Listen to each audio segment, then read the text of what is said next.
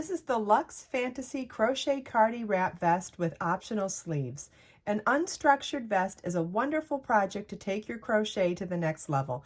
If you can make a rectangular wrap but are intimidated by structured garments, it is the perfect transition project.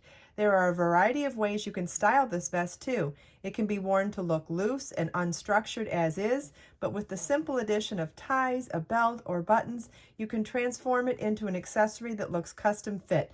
This is one of those pieces that you can slip on over just about anything. Dress it up or down, it's a staple for any wardrobe. And as far as travel goes, anything that has convertible sleeves is perfect for any climate as well. You will need 1,264 yards of number 2 sport weight yarn and a G6 or 4mm crochet hook. The sample is shown in Biso Luxe yarn, which is my number 2 sport weight 70% bamboo, 30% cotton yarn, and the sample is shown in Denim Crush with 8 balls.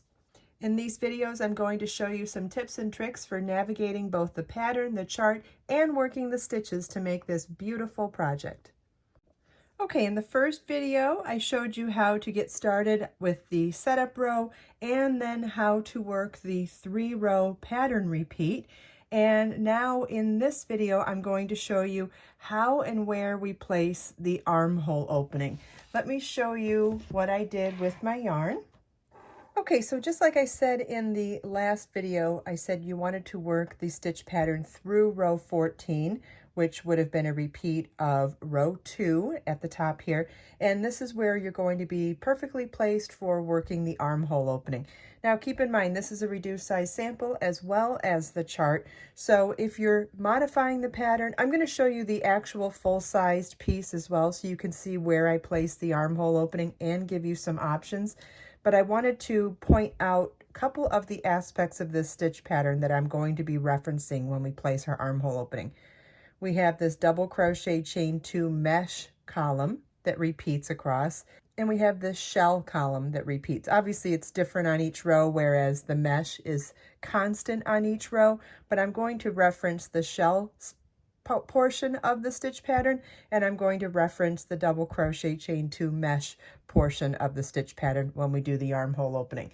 So let's look at the chart first, and then we'll look at the full-size piece, and then we'll look at the and then we'll do the actual work on the sample.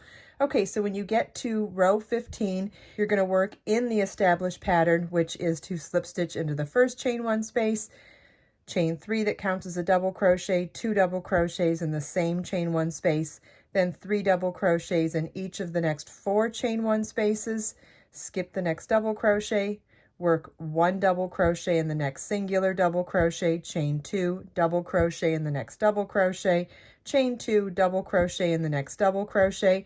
How many times you repeat this is determined on the size that you're making, you know, whether you're making the full size or the or modifying, and I'll show you that when I show you the full size shawl.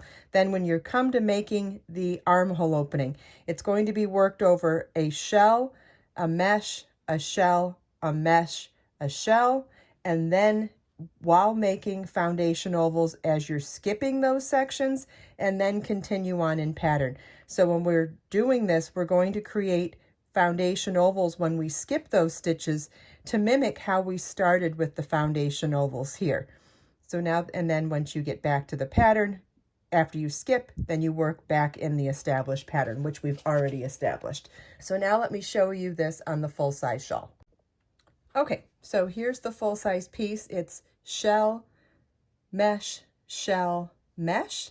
Then work the number of foundation ovals that is spelled out specifically in the pattern. And when you make those foundation ovals, you're then going to skip shell, mesh, shell, mesh, shell, which is 2.5 pattern repeats, and then continue on in the established pattern of mesh, shell, mesh, shell, mesh, shell to finish up the row. So that's the specific number of repeats and skips that you will need to do this project. And I'm going to show you on a reduced size sample now, which is helpful in a number of ways. I'm going to show you where we skip and how we add the foundation ovals, but I'm also going to be showing you a different version so that it opens your mind to the ability to modify this. If you're doing a different yarn, a thicker yarn, a thinner yarn, or making it a different size for a child or whatever, understanding the concept of what we're doing here, I think is really helpful, not only for the specific pattern, but also for modifications. Okay, so in this pattern repeat, we are going to, just like we would at the beginning of this row of the stitch pattern, on any repeat, it's going to be slip stitch into the first chain 1 space, chain 3, 2 double crochets in that same chain 1 space, then 3 double crochets in each of the next 4 chain 1 spaces, then skip the next double crochet, work 1 double crochet in the next double crochet, the singular one, chain 2, double crochet in the next double crochet, chain 2, and double crochet in the next double crochet. Okay, so remember that this stitch pattern is a multiple of 5 plus 2 foundation ovals. So if you were going to skip one pattern repeat here, you would need to add 5 foundation ovals per each pattern repeat.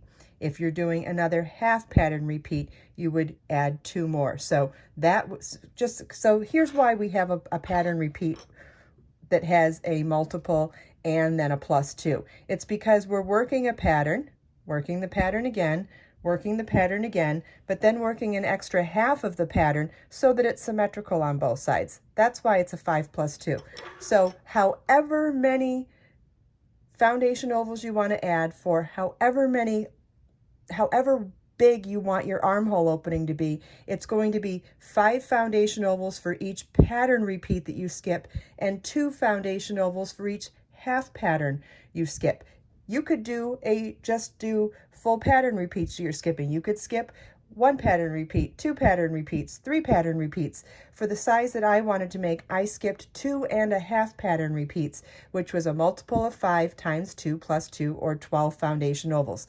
For this reduced size sample, I'm going to be skipping 1.5 pattern repeats, which means I will be using 5 plus 2 foundation ovals for skipping this shell, this mesh, and this shell, so I'm going to do 7 foundation ovals. How do we do those in the middle of the row? Very easy. Chain 4, double crochet in the 4th chain from your hook. Remember, we don't count the working loop on our hook. It's 1, 2, 3, 4. Double crochet in the 4th chain from your hook. 1 foundation oval complete. Chain 4, double crochet in the 4th chain from your hook. 2 foundation ovals complete. I'm going to do a total of 7. Again, you want to reference the pattern to see how many you need to do the exact same size I did. I skipped 2.5 pattern repeats and I added 12 foundation ovals. And you can reference that on this row of the pattern. Okay, so 1, 2, 3, 4, 5, 6, got 7. Okay, so I've got my 7 foundation ovals in order to skip shell, mesh, shell. So then I'm going to continue on in my established pattern of working in the next mesh part of the repeat, double crochet in the next double crochet, chain 2, double crochet in the next double crochet, chain 2, double crochet in the next double crochet, and then work 3 double crochets into each of the next 5 chain 1 spaces. And although this is a reduced size sample, this is what your work should look like at the end of row 15. Row 16 is going to be a repeat of row 4. So we're going to slip stitch across the next 5 double crochets.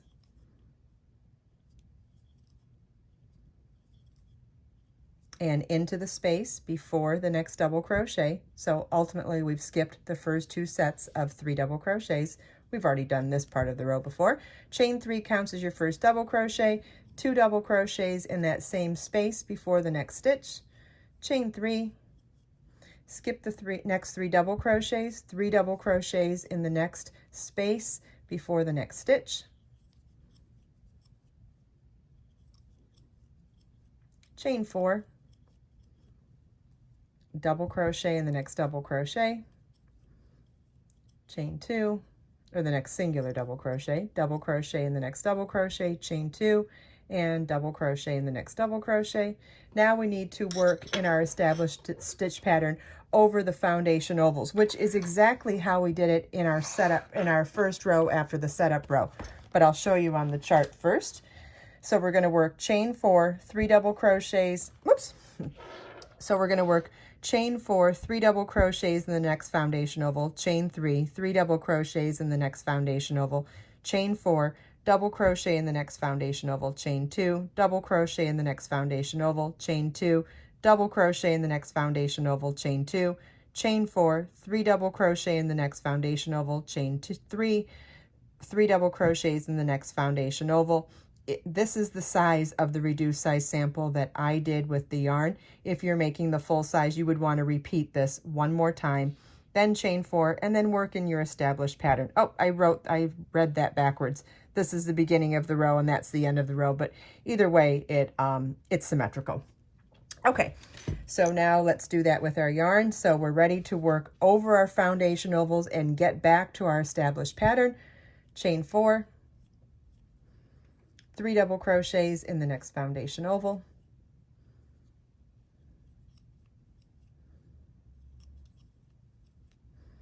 chain 3,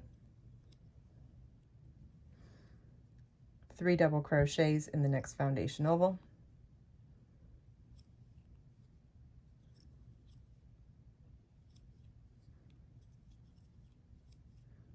chain 4, double crochet in the next foundation oval, chain 2, double crochet in the next foundation oval, chain 2, double crochet in the next foundation oval, chain 4, 3 double crochets in the next foundation oval,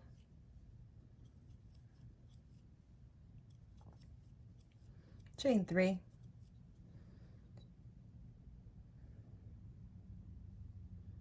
3 double crochets in the next foundation oval,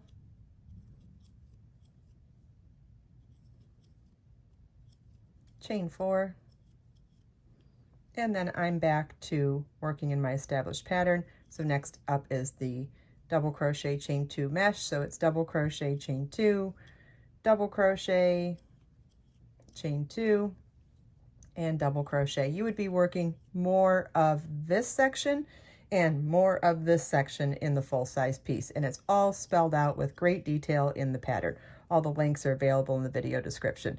Chain 4, skip the next 6 double crochets, 3 double crochets in the space before the next double crochet,